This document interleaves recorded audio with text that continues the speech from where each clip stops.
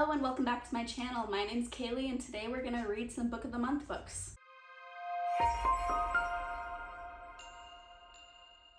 So this is actually part 2. I did a video like this a couple of days ago from when I'm posting this one. I will have that video linked below if you would like to check that out. But basically the rundown of this video is I have a lot of Book of the Month books that I have never read. Right now I have 15 unread Book of the Month books.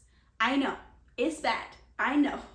But basically in this video I'm going to be reading the first chapter of 5 of these Book of the Month books that I have not read. For 2 purposes. One, I want to read the first chapter just to try to get myself hyped up on these Book of the Month books and hopefully inspire myself to actually pick them up and read the whole thing. And 2, we're going to rank them. I want to rank them and kind of predict how I will feel about the book based off of the first chapter. So at the end of this video, you will have my ranking of these 5 books that I will read. And in part 1, I ranked 6 of the Book of the Month books.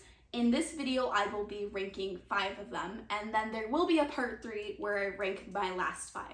6 plus 5 plus 5 does not equal 15.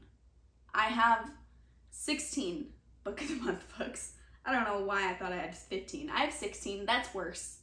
We're not talking about it. We're moving on. The first book we'll be reading for this video is The Hacienda, and this is described as Mexican Gothic meets Rebecca. I have not read Rebecca, but I have read Mexican Gothic and gave it a 5 out of 5 stars. So when I saw a book get compared to Mexican Gothic, I had to choose it. And also Book of the Month barely ever does horror books, so anytime they do a horror book, I have to pick it up. This is about a haunted hacienda, and I believe it's got some Gothic vibes as well. This is a Gothic haunting story. So I am going to read the first chapter and then I will check back in with my thoughts. Ooh, really quick before I start, look how cool this title page is. Love it. All right, I just finished the first chapter. It was only like probably less than 2 pages if you count this little half page with this half page. I don't even think that makes up a whole page, so not much to go on. And the first chapter basically just focuses on, who is this guy's name? Andres. It focuses on his grief, and we don't really have any context for why he is grieving. He's lost a woman that was important to him, and the writing is quite flowery. It is beautiful. However, this is such an intense moment of grief for this character, and the writing is so flowery and beautiful. However, I don't have an emotional connection because we're kind of starting right off the bat with this like very intense grief scene for this man. I don't know, maybe I just don't have a heart that I felt nothing, but I felt nothing when I was reading this first chapter. I was just like, okay, dude, you're being a little dramatic. And I'll give you an example line. So here's like 3 lines that kind of encapsulate the writing that I just read. It is said that the mortal life is empty without the love of God, that the ache of loneliness's wounds is assuaged by obedience to Him. For in serving God we encounter perfect love and are made whole. But if God is the Father, Son, and Holy Spirit, if He is 3 and 1 in the Trinity, then God knows nothing of loneliness. So, you know, it's written really well. It's got some great introspection of this one character's mind and thoughts. It's just very dramatic and flowery and lots of talk about God that I'm not really connecting with in this moment. Again, it's 2 pages. So I'm just reading this book off in 2 pages.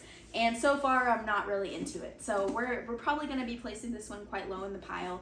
I'm still very intrigued to read it, but you know, the writing, quite flowery. We didn't get any spooky vibes, just some dude saying that the world is terrible because he's so sad and he misses this woman. The next book I will be reading the first chapter of for this video is Ruth Wears the It Girl. And now listen, my girl Ruth has been getting some hate because of One by One. I loved One by One. I gave 5 stars to One by One. I thought it was a great snowy time. And so I am very excited about the It Girl because I feel like Ruth Ware's recent releases of One by One and The Turn of the Key have been stellar. And therefore I'm thinking this book is going to be stellar. So let's read the first chapter and maybe I will eat my words in about 2 seconds once I clip to me wrapping up the first chapter. Just finished chapter 1 because once again I have been blessed by a very short first chapter. It's less than 2 pages. It's only this little before section. If I can flip the page, there we go. It was just this page and this page. I did not read the after because technically this before was the first chapter. However, in this first chapter, I am immediately gripped, unlike the Hacienda. Hacienda was just a bit too emotional right off the bat for me. I wanted more spookiness to grip me before we get emotional. Where this one was, this first chapter is a girl at Oxford giving me the campus vibes of her finding a dead body. And by the campus vibes, I mean it's describing the Oxford campus in this first little chapter as well. So we get this campus setting, and we get a found body, and we get this narrator's immense distress at finding a found dead body of her roommate. So this is probably going to go pretty high up because that was very intriguing. I love, I said it in a different video. So in this video, I will say it again. I love school settings in books, and it looks like this will have a school setting. So school setting plus murder sounds like my kind of book. So for now, I am putting the It Girl on top of the Hacienda in the ratings. The next first chapter I have to read is from the Things We Do in the Dark by Jennifer Hillier. Now, Jennifer Hillier has been getting a ton of hype recently. I have read Jar of Hearts by her and loved it. It was one of the most unique thrillers I've ever read. Jennifer Hillier does really dark thrillers. And I think her thrillers kind of toe the line between thriller and horror, which is like my perfect kind of thriller. And this book, I believe, is about a wife who finds her husband's dead body, and then the police think she did it. And she's like trying to show that she didn't do it or something like that. I don't know, maybe she did do it, who knows? But I'm gonna read the first chapter and then I'll check back in.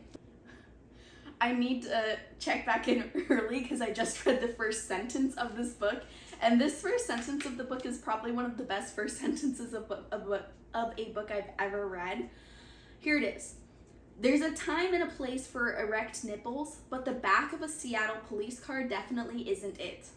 You're right. It isn't it. I love this already. What a first line. What a first line. Just finished reading the first chapter. This one was actually a bit of a more substantial one. We got like 5 solid pages. Let's see, 1, 2, 3, 4, 5, 6 solid pages. Look at me reading 6 pages. We have our main character, Paris Peralta, who is the wife of a man that has just been stabbed to death. She finds him in the bathroom, and the police arrest her because she is found gripping the razor that presumably has killed him in her hand with blood all over her shirt. So she gets arrested in front of a bunch of people. Turns out her husband is also a famous person.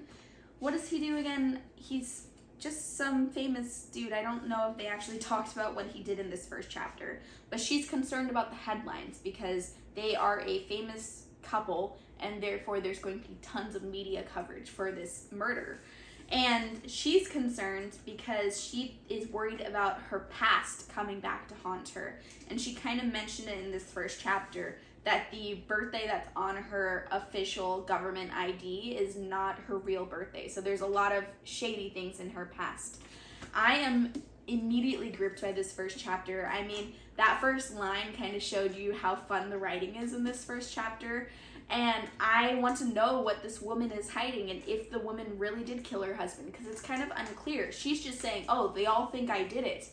But we don't get to know how her husband ended up like that. So it's clever writing that we're in her head, but we still don't know what the answers are. And therefore, I am actually putting this above the It Girl. So this is how my ratings are for right now. We have Things We Do in the Dark in the #1 spot, then the It Girl, and then the Hacienda. The next book I have is The Devil Takes You Home by Gabino Iglesias. And this is a recent Book of the Month pick, and again, it is a horror pick. And Book of the Month, like I said, doesn't pick horror very often, so I had to grab this because it's horror. And from what I know, this is a genre-bending horror book that is about the cartel and a family. So I'm going to read the first chapter, and then I will check back in. Just finished the first chapter. This one was only 3 pages. All these chapters have been actually really short. And this first chapter, we don't get any horror elements right away, so I don't know what the horror part of this book will become. In this first chapter, we just follow a man who is in a doctor's appointment with his wife, and him and his wife are being told that his daughter has leukemia. So this is a very emotional first chapter, and it's a good moment for me to compare it to the Hacienda, because obviously this first chapter is dealing with grief, same as the Hacienda, but in the Hacienda we have no context for the grief, where in The Devil Takes You Home, we do have context. I feel for this couple. It hit me a lot more emotionally than the first chapter in the Hacienda, because I know why they're sad, and the way the writing was, it was flowery and it hit hard. It was easier for the reader to sink into it, right? It was more immersive, I guess, where this writing was so flowery and I had no context and I felt quite distant from what was going on, where in The Devil Takes You Home, I didn't feel distant at all. I immediately feel like I'm connected to these characters. So in terms of where, I really enjoyed this first chapter, if it wasn't clear from how I'm speaking about it.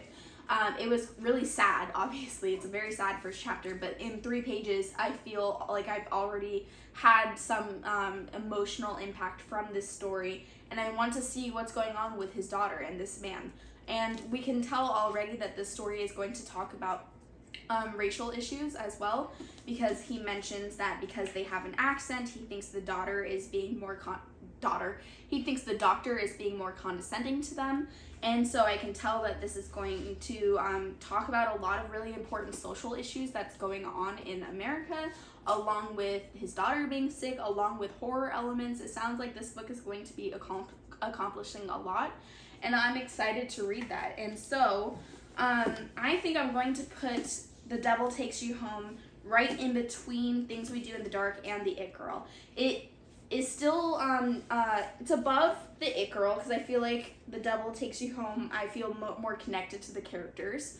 But it's below Things We Do in the Dark, because Things We Do in the Dark, I want to read that first, because I feel like I need to know what's going on with the mystery elements, right? So Things We Do in the Dark just gripped me a little bit more, but The Devil Takes You Home, still, the first chapter was awesome. And the last book I will be reading for this video is the Karen Slaughter book I got, Girl Forgotten. Now, I recently found out that this is book 2 in a series, and I did not read book 1, but I have been told that you don't need to read book 1 because it is just a detective series. And so it's a brand new story, brand new case, it's just the same detective. But if you have read this book and book 1 and you think I'm going to miss a lot by not reading book 1, let me know down in the comments, because otherwise then I will just wait on this book until I have read book 1. But if it truly doesn't matter, then I'll read this one first, since this is the one that I own. But from what I understand, this is a book about a cold case in a small town that the detective goes back to try to solve. So I'm going to read the first chapter now. I haven't read it yet. I just knew Karen Slaughter would hit me with a long chapter. I feel like anytime I read her books, I'm always like, man, these chapters are kind of long.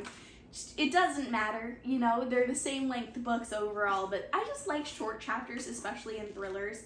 And this first chapter is 21 pages, so it'll take me a little bit longer, but because all the other chapters were like 3 to 5 pages, I feel like I was due a 20-page chapter.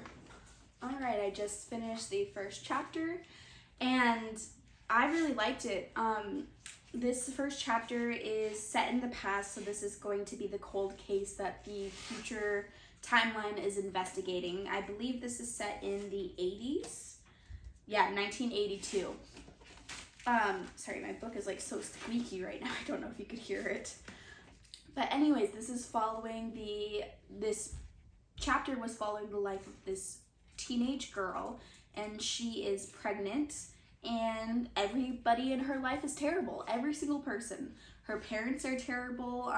They're pissed that she is pregnant, and they're forcing her to have the baby, and they were calling her all sorts of terrible names.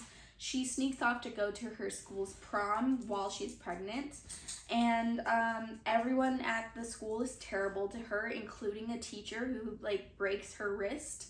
And then she decides to leave the prom because she realized that no one wants her there, and also she was just there to make her mom mad. Oh, they also live in DC, and it sounds like her mom is a politician, so there's like some politics going on too. And at the very end of the chapter, it looks like a man steps out in this alleyway, and it seems like he is about to murder her, but we don't know who it is. The viewpoint that we get from her POV is just kind of like the man's feet and legs, and that's it. and then it switches to present day. So here's the thing with Karen Slaughter books, that I've read a couple of her books before, and I like them, but I never love them because I feel like they are so dreary. Like, I feel like there's only ever like one good person in the book, and then everybody else sucks. Or sometimes in the book, everybody sucks. And I get that she's trying to have realistic characters and everything is very dark, so these characters are dark people. But it just gets depressing to read about such terrible people all the time, and it seemed like that's what was happening in this book, because like I said, everybody in this little first chapter was like cartoonishly bad. Like, they were all horrible, horrible people besides the girl that was pregnant. So it was depressing to read, but also like well written, and I'm intrigued to know what happened to her. I'm just hoping in the present timeline we get like maybe like 2 characters that are good people. We'll see. But let's see where I'm going to put it in my rating, because this is the last of this little grouping of books. I think I'm going to put it below It Girl, but above the Hacienda. Because like I said, I would have liked maybe her to have 1 or 2 friends that like weren't terrible to her. Even maybe just some neutral people, but there weren't even just neutral people. It was everybody was terrible. So this is my final rankings for this little round in this video. All these books were really strong though. Besides the Hacienda, all 4 of these books on the top are books that I think are some super strong first chapters, and I really want to read the rest of the books. And so on top we have Things We Do in the Dark, then we have The Devil Takes You Home, and then It Girl, and then Girl Forgotten, and then the Hacienda. Here are my final rankings for this video. Let me know down in the comments if you have read any of these books and what you think about these books if you have read them. And if you enjoyed this video, please remember to give me a like and subscribe for more content, and watch out for part 3 where I rank the last 5 Book of the Month books that I own. Thank you so much for watching. Bye!